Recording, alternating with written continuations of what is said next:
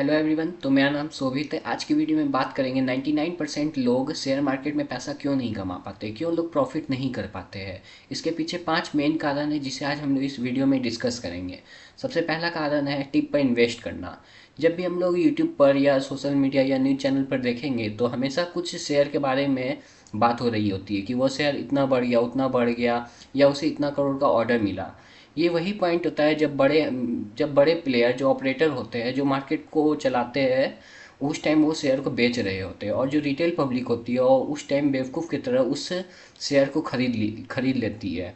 और जब वो लोग प्रॉफिट बुकिंग स्टार्ट करते हैं तो वो शेयर गिर जाता है और हम लोग वहाँ पर फंस जाते हैं। तो सबसे मेन रीज़न यही है कि रिटेल पब्लिक टिप पर इन्वेस्ट करती है, और जो बैड स्टॉक है, जो मतलब बेकार स्टॉक है, जिसे न्यूज़ में हम लोग को बताया जाता है, उसे खरीदती है और वहाँ पर फंस जाती है। इसीलिए कभी भी जीवन में टिप पर इन्वेस्ट नहीं करना। दूसरा पॉइंट है हमेशा खुद के पैसे से शेयर मार्केट में ट्रेड करना है। बहुत लोग क्या करते हैं कि वो लोग लोन ले लेते हैं या एमटीएफ पे बाय कर लेते हैं। इससे सबसे बड़ी प्रॉब्लम ये है, मान लो अगर आप बहुत बढ़िया कंपनी के शेयर भी खरीद रखे हो, मान लो आप टाटा या रिलायंस के शेयर भी खरीद रखे हो, तो मान लो जब क्रैश होता है मार्केट, जैसे अभी ईरान और यूएस के वॉर के कारण जो मार्केट गिरी हुई है, मान लो, या जैसे कोरोना के टाइम में जैसे मार्केट गिरा, तो उस टाइम जो अच्छे शेयर भी होते हैं वो भी बहुत गिर जाते हैं और रिकवरी में टाइम लगता है। मान लो 1 साल, 2 साल, 3 साल भी लग सकता है। तो इस बीच क्या होगा, मान लो आप लोन ले रखे हो, वो तो आपसे 1 साल बाद पैसे की डिमांड करेगा या आपसे इंटरेस्ट मांगेगा, लेकिन आपके तो शेयर 30% 40% गिरे हुए, तो उस टाइम आपके ऊपर में एक प्रेशर हो जाएगा कि अभी तो मुझे पैसे चाहिए। तो आप क्या करोगे, आप लॉस में अपने शेयर को बेच दोगे। इससे क्या होगा, एक तो आपने लॉस बुक किया, जो आपके पेपर में था वो अनरियलाइज्ड लॉस था, वो आपका लॉस था नहीं, लेकिन आपने जब उस शेयर को बेच दिया तो वो लॉस में बदल गया। ऊपर से आपको उस पर इंटरेस्ट देना पड़ा। तो देखा जाए तो आपने तो प्रॉफिट कुछ कमाया ही नहीं। उसके बाद जो मार्केट ने रैली स्टार्ट किया, मान लो, तो आपका तो प्रॉफिट हुआ ही नहीं, आप तो लॉस में ही बेच के निकल गए।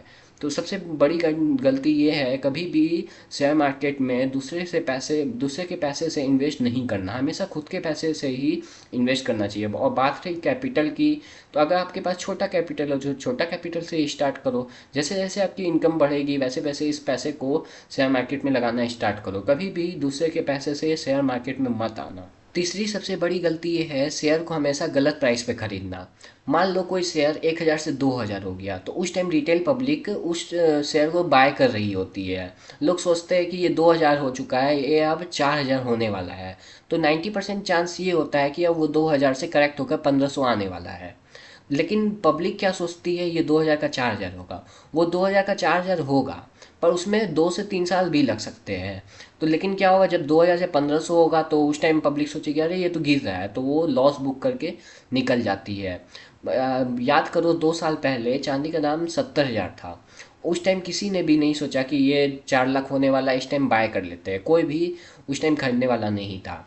जब 4 लाख हो गया तो रिटेल पब्लिक सोचने लगी ये 4 लाख से 10 लाख होने वाला है। उस टाइम वो लोग इंटर कर गए, और क्या हुआ, ये कुछ दिन बाद ये 2 से 3 लाख के पे आ गया, और पब्लिक सोची अब तो ये गिर रहा है, लेकिन वो और पब्लिक ने बेच दिया। इससे क्या हुआ, आपको लॉस हो गया। खरीदा तो आपने अच्छा चीज़ ही, लेकिन गलत प्राइस पे खरीदा। मान लो रिलायंस का शेयर अभी 2,000 चल रहा है और मुझे मिल रहा है अभी 1,500 में, तो मैं अभी 1,500 में खरीदूंगा, ना कि उसे जब 2,000 का 2,500 हो जाएगा। हमेशा किसी भी शेयर को गिरे हुए प्राइस पे खरीदना चाहिए और उसे लाइफ टाइम हाई पर बेचना चाहिए।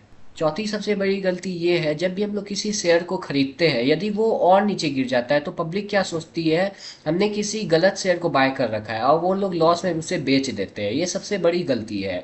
याद रखो, कोई भी एग्जैक्ट बॉटम का पता नहीं लगा सकता है। आपके बाय करने के बाद शेयर 30% 40% तक नीचे करेक्ट हो सकता है। इसका मतलब ये नहीं है कि वो कंपनी बेकार हो गई है। यदि उसके सेल्स और प्रॉफिट बढ़ रहे हैं, हर चीज़ ठीक है, फंडामेंटल गुड है, तो वो आपको उसमें पोजीशन रखनी चाहिए। यदि आप वो नीचे और गिर गया है, यदि आपके पास और पैसा है, तो उसे उस टाइम और ख़रीद लेना चाहिए, ना कि आप उसे लॉस में बेचकर डर के निकल जाना चाहिए।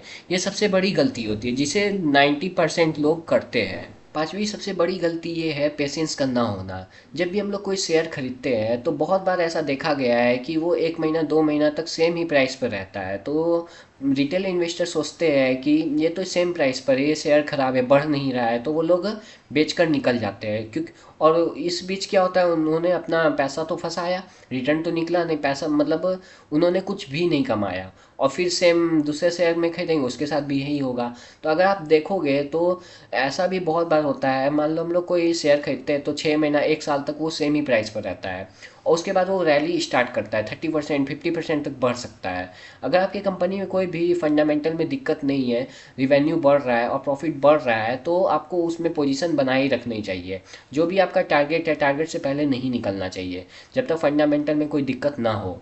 ये थी 5 गलतियाँ जिसे 90% रिटेल इन्वेस्टर करते हैं और इस मार्केट में सक्सेसफुल नहीं बन पाते हैं। तो मिलते हैं एक नई वीडियो में, तब तक के लिए चैनल को सब्सक्राइब कर देना, और जय हिंद जय भारत।